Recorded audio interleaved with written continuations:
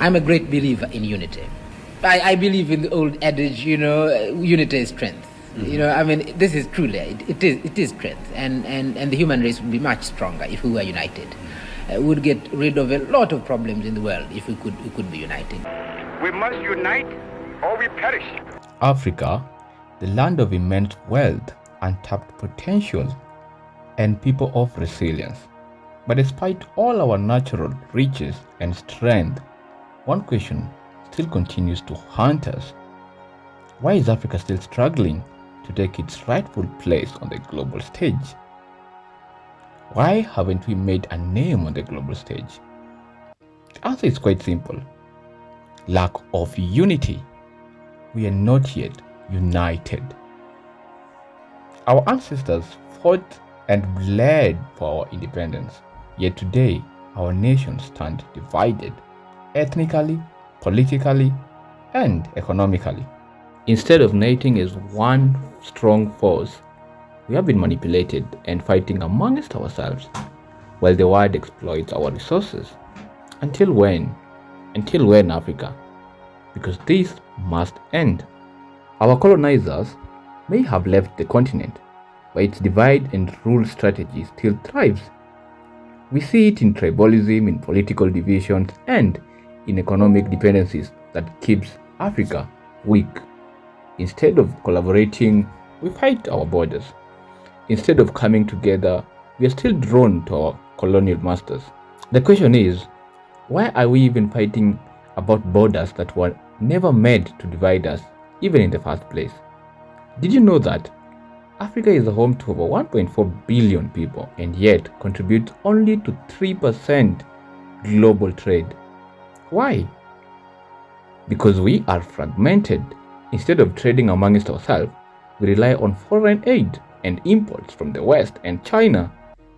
Our resources leave Africa as raw materials, only to be processed abroad and sold back to us as 10 times the actual price. This cycle must be broken because the time is now for Africa to unite. So how does the power of unity looks like? Let us take some lessons from other nations. Look at China. In just 40 years, they lifted 800 million people out of poverty because they worked together as one nation. Look at the European Union. Countries that once fought bloody wars, you remember the world wars, are now having a single currency, open borders, and economic cooperations. Yet, Africa has just 54 countries. Imagine what we could achieve if we did the same with all the resources that we have. Just imagine, how could that look like? Many of our leaders have actually expressed, especially those who fought the bondage of colonialism, told us to unite. You remember Dr. Kwame Nkrumah telling us that Africa must unite now or else we will perish. Remember Julius Nyerere saying that the only way Africa will prosper is through unity.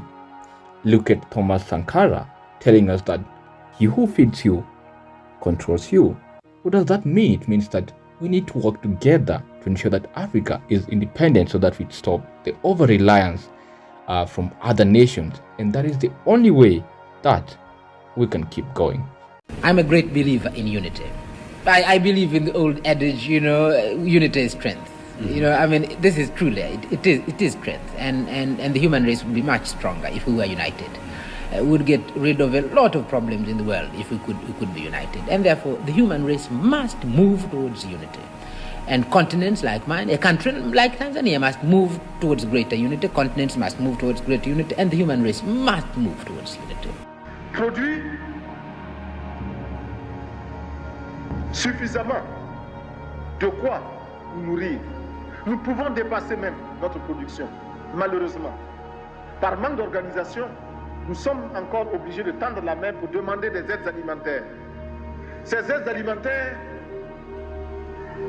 qui nous bloquent, qui nous inspirent, qui installent dans nos esprits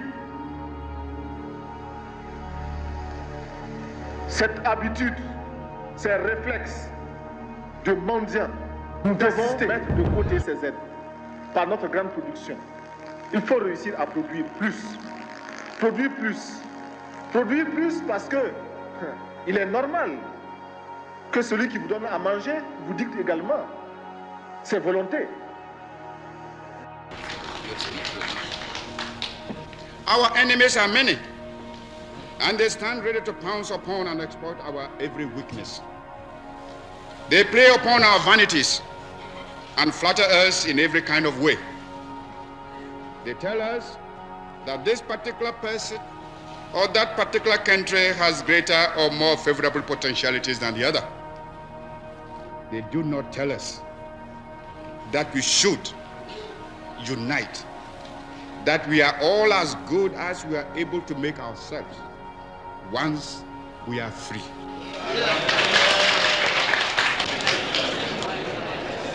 We want, therefore, to develop our own community and an African personality.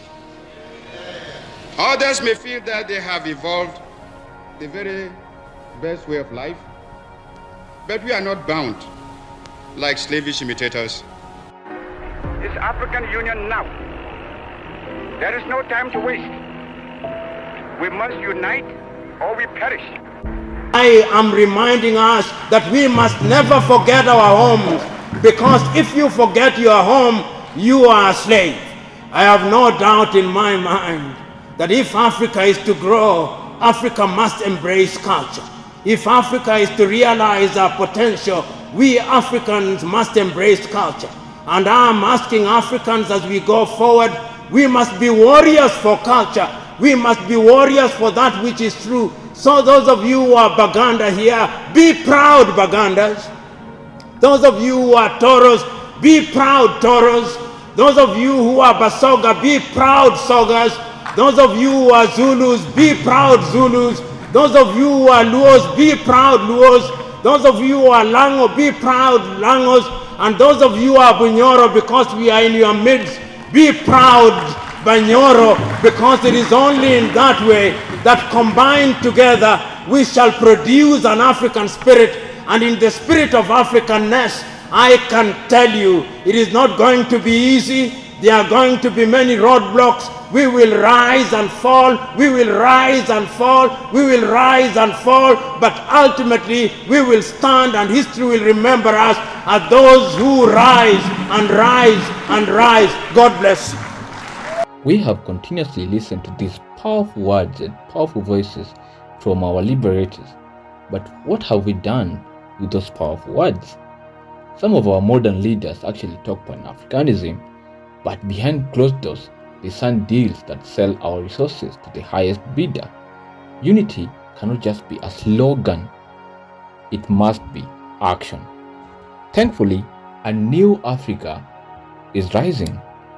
Movements like the African Continental Free Trade Area that has been spoken a lot about are breaking trade barriers, and visionary leaders like Ibrahim Traore of Burkina Faso are starting to reject foreign aid and are starting to create that mindset into the African leaders that actually we don't need the dependency, we can do on our own, and Africa can be self-reliant. The Sahel Alliance, Burkina Faso, Mali and Niger are showing Africa that we can stand on our own, and this is what we need. Africa has the youngest population in the world. Over 60% of Africans are under the age of 25. Imagine what we can achieve if we channel this youthful energy into building a self-reliant continent. So what can we do then to foster African unity? Here are the three critical things that Africa is more of feels like Africa needs to commit it, the leaders and we as African. One is each and everyone has to know how we can support African business. We need to stop fancying about, foreign chains where we bother ourselves into competing with the Western world, but instead promote our African products. And then the second is our mandate to ensure that the African culture, I call it Africanicity, is, embedded in every African, so that we speak our native languages, we wear African attires, we celebrate our own identity. And lastly, what I feel like we are not good at, especially, is on holding our leaders accountable. We need to do away with the puppets that we have as leaders and demand on accountability and the policies that they promote, so that we have policies that actually tackle some of the critical challenges that we have as Africans. With that, we are going to have a prosperous and a united African that values every African. Well, that brings us to the end of the video. If you really loved the video, please tell us in the comment section, what does Africa really need for it to unite? I mean, what does African unity means to you, and how are you going to ensure that you take the mandate of making sure that Africa is united? Thank you for tuning up to the end.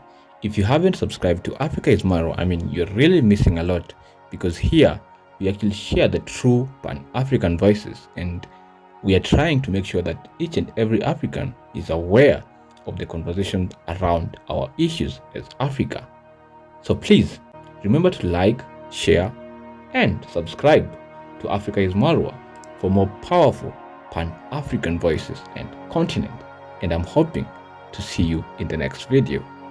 Ciao, ciao.